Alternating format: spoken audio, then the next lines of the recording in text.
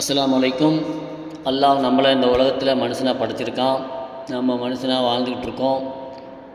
ஒரு நாளைக்கு நாம் எல்லாருமே செத்து போகிறோம். நம்ம செத்ததுக்கு பிறகு நம்மளை கொண்டு போய் கபூரில் அடக்கம் செஞ்சுருவாங்க. நாம் மறுமையில் சந்திக்கக்கூடிய முதல் நிலையே மண்ணறையாக தான் இருக்குது. அதனால தான் மண்ணறை வேதனையிலிருந்து முஸ்லீம்கள் எல்லாருமே அல்லாஹ்விடத்தில் பாதுகாப்பு தேடுவது என்பது மிக மிக அவசியமாகும். ஏன்னா நபி ஸல்லல்லாஹு அலைஹி வஸல்லம் அவர்களுடைய பல்வேறு ஹதீஸ்கள் மன்னரை நடவடிக்கூடிய வேதனை பற்றி எச்சரிக்கை செய்கிறது. எனவே தான் முஸ்லீம்களாகிய நாம் அனைவருமே இவைகளை பற்றி அறிந்து அதிலிருந்து பாதுகாப்பு பெற முயற்சிக்க வேண்டும் என்பதாகவும், மேலும் அல்லாஹ் தன்னுடைய திருமறையில் கூறும்போது, அன்னாரு யுஹ்ரலூன அலைஹா ஹுதுவ வ அஸியம் வ யௌம தஹுமுஸ்ஸாஅத்து அத்கிலு ஆல ஃபிர்அவுன அஸத்தல் அதாஃப். காலையிலும் மாலையிலும் அவர்கள் நரக நெருப்பின் முன் கொண்டு வரப்படுவார்கள். மேலும் நியாய தீர்ப்பு காலம் நிலைபெற்று இருக்கக்கூடிய நாளில் ஃபிரௌனுடைய கூட்டத்தாரை கடினமான வேதனையில் புகுத்துகள் என்று கூறப்படும் என்பதாக அல் குர்ஆன் 40வது அத்தியாயம் 46வது வசனம் கூறுது. இந்த வசனத்தை பற்றி அறிஞர்கள் கூறும்போது இது மன்னரனுடைய வேதனையை பற்றி கூறுவதாகவே கருத்து சொல்கிறாங்க.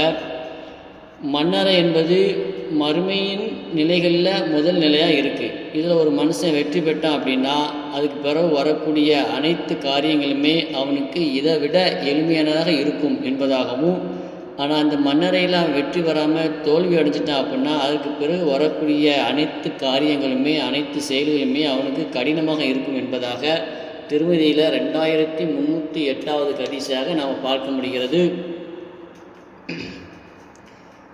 ஒரு அடியான் மரணம் அடைஞ்சதுக்கு பிறகு அவனை என்ன செய்வாங்க அப்படின்னா அவனுடைய சொந்தங்கள், சொந்த பந்தங்கள், தோழர்கள் எல்லாருமே சேர்ந்து அவனை என்ன செய்வாங்கன்னா மண்ணறையில் கொண்டு போய் புதைச்சி அடைச்சிட்டு வந்துடுவாங்க, அடக்கிடுவாங்க. அடக்கம் செஞ்சதுக்கு பிறகு என்ன செய்வாங்க அப்படின்னா கொஞ்சம் நேரத்தில் எல்லாருமே அந்த மண்ணறையை விட்டு கிளம்ப ஆரம்பிச்சிடுவாங்க. அந்த மண்ணறையை விட்டு எல்லோரும் கிளம்ப ஆரம்பித்ததுக்கு அப்புறம் கிளம்பும்போது அந்த மனிதர்களுடைய காலடி ஓசையை கபூரில் அடக்கம் செய்யப்பட்ட அந்த மனிதனுக்கு கேட்கும். அவன் அந்த காலடி ஓசையை செவியேற்பான். அப்படி எல்லாருமே அந்த இடத்த விட்டு போனதுக்கப்புறம் என்ன நடக்கும் அப்படின்னா 2 வானவர்கள் வருவாங்க. அந்த 2 வானவர்கள் மண்ணறையில் அடக்கம் செய்யப்பட்ட மனிதனை எழுப்பி உட்கார வச்சு அவங்ககிட்ட ஒரு கேள்வி கேட்பாங்க. என்ன கேள்வி கேட்பாங்க அப்படின்னா, இந்த மனிதரை பற்றி நீ என்ன கருதி கொண்டு இருந்தா என்பதாக முகமது நபி ஸல்லல்லாஹு அலைஹி வஸல்லம் அவர்களை பற்றி அவர்களை குறித்து கேட்பாங்களாம். அப்போது அவன் என்ன சொல்வான்னா, இறை நம்பிக்கையாளனாக அவன் இருந்தான் அப்படின்னா அவன் சொல்வான், இவர் அல்லாஹ்வுடைய அடியாரும் அல்லாஹ்வுடைய தூதராகவும் இருப்பார்கள் என்று நான் சாட்சி கூறுகிறேன் அப்படின்னு சொல்லுவான். உடனே அந்த வானவர்கள் சொல்லுவாங்க அந்த மனுஷங்கிட்ட, நீ உலகத்தில் கெட்டவனாக இருந்திருந்தேன்னு வச்சுக்கோங்க, உனக்கு அல்லாஹ் நரகத்தில் தர இருந்த உன்னுடைய இருப்பிடத்தை பாரு, நீ நல்லவனாக இருந்ததுனால தப்பிச்சுட்டு, அதனால் அல்லாஹ் உனக்கு இந்த நரகத்தில் உனக்கு ஏற்படுத்தப்பட்ட இருப்பிடத்தை மாற்றி அல்லாஹ் உனக்கு சொர்க்கத்தில் ஒரு நல்ல இருப்பிடத்தை ஏற்படுத்தி தந்திருக்கான் என்று கூறிட்டு, அப்போது அவனுக்கு நரகத்தையும் சொர்க்கத்தையும் ஒரே நேரத்தில் காட்டுவாங்க. அவன் நரகத்தையும் சொர்க்கத்தையும் ஒரே நேரத்தில் என்ன செய்வான், பார்ப்பான். அதுக்கப்புறம் அவனுடைய மன்னரை விசாலமாக ஆக்கப்படும் என்று நபிகள் நாயகம் ஸல்லல்லாஹு அலைஹி வஸல்லம் அவர்கள் கூறுகிறார்கள். ஆனால் அதே நேரத்தில் செத்து போனவன் நயவஞ்சனாகவோ இறை நிராகரிப்பவனாகவோ இருந்தான்னா அதே நிலையில் அவன் மரணிச்சான் அப்படின்னா அந்த மனுஷனையும் எழுப்பி உட்கார வச்சுட்டு கேட்பாங்க. அதே மாதிரி கேட்பாங்க, இந்த மனிதர் விஷயத்தில் நீ என்ன கருதி கொண்டிருந்தா என்று அவனிடம் கேட்கப்படும். அப்போது அவன் சொல்லுவான், எனக்கு ஒன்றுமே தெரியாது, மக்கள் எல்லாரும் என்னென்னவோ சொல்லிக்கிட்டு இருந்தாங்க, நானும் அதுதான் சொல்லிக்கிட்டு இருந்தேன் அப்படின்னு அவன் சொல்லிடுவான்.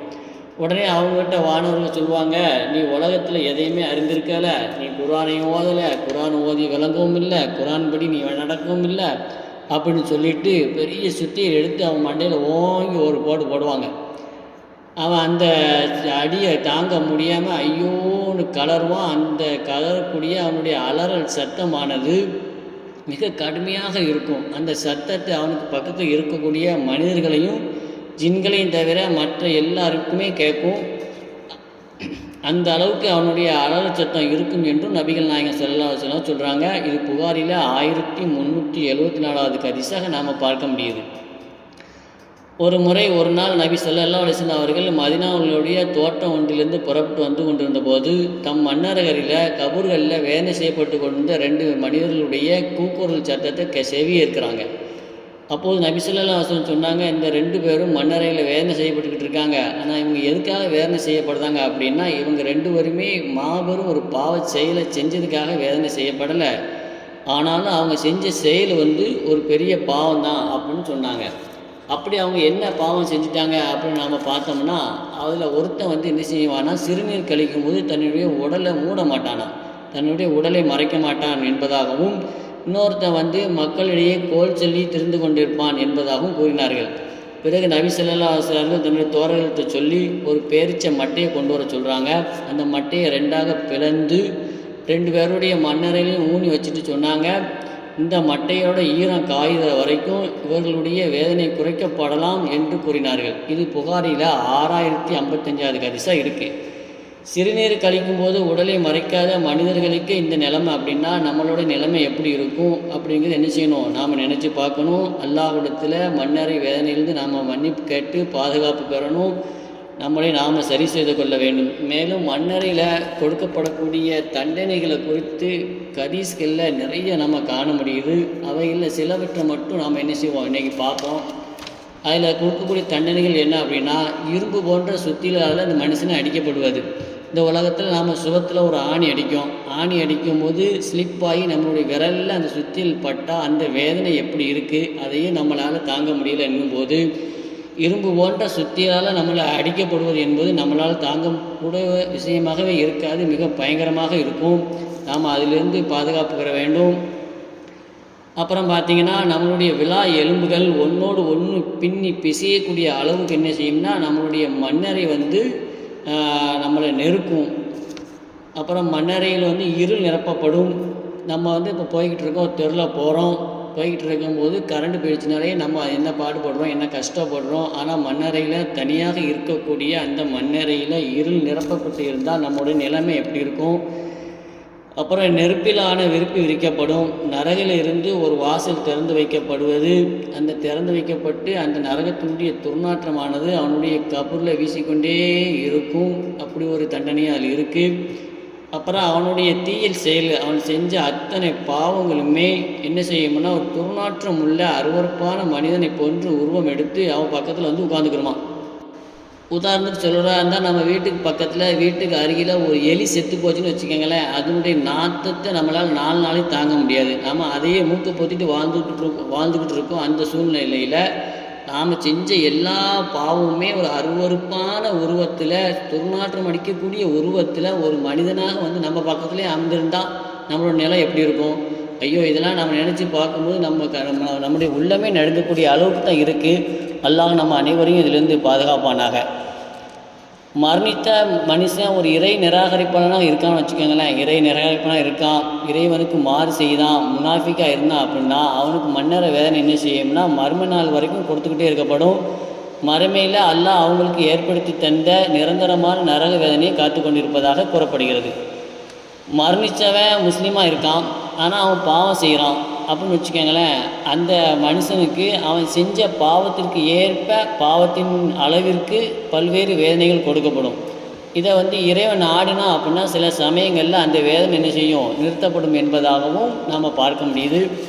ஆனால் அதே நேரத்தில் ஒரு மனுஷன் இறைவனை ஏற்றுக்கொண்டு இறைவனிட்ட கட்டளைப்படி வாழ்ந்தவனாக அதே நிலையில் மரணித்தான் அப்படின்னா அவனுடைய மண்ணறை அவனுக்கு விசாலமாக ஆக்கப்படும் என்பதாகவும், மண்ணறையில் அவனுக்கு அருள் பாலிக்கப்படும். அந்த பாவியோடைய மண்ணறையில் இருள் கொடுக்கப்படுகிறது, நல்லவனுடைய மண்ணறையில் அருள் பாலிக்கப்படுகிறது.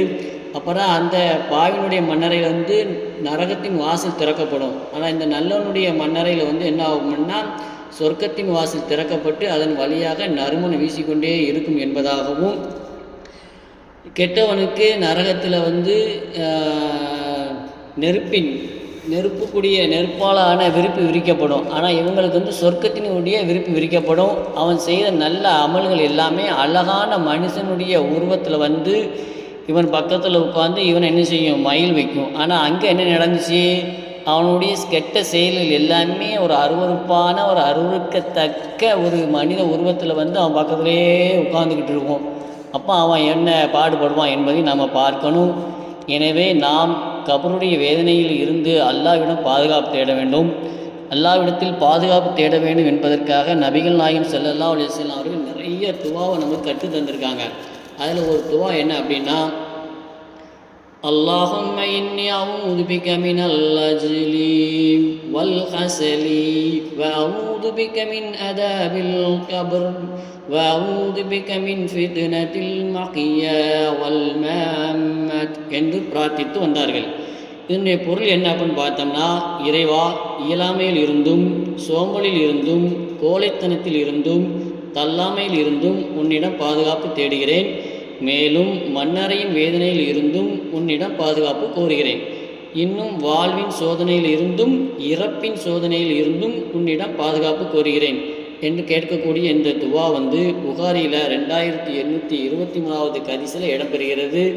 ஆனால் ஆகையால் நம்மளுடைய செயல்கள் அனைத்தையுமே அல்லாஹ் முற்றிலும் அறிந்தவனாக இருக்கிறான். நம்மளுடைய செயல்கள் எல்லாமே அல்லாஹ்விடத்தில் பதிவு செய்யப்பட்டு கொண்டே இருக்கிறது. நாம் நம்மளுடைய செயல்களுக்காக அல்லாஹ்விடத்தில் பாவ மன்னிப்பு கேட்போம். எனவே நம் அனைவருடைய இம்மை மறுமை வாழ்வில் வெற்றி பெறக்கூடிய பாக்கியத்தை அல்லாஹ் நம் அனைவருக்கும் தந்து அருள்வாளிப்பானாக. ஆமீன். அஸ்ஸலாமு அலைக்கும் வரஹ்மத்துல்லாஹி தஆலா வபரகாத்துஹு.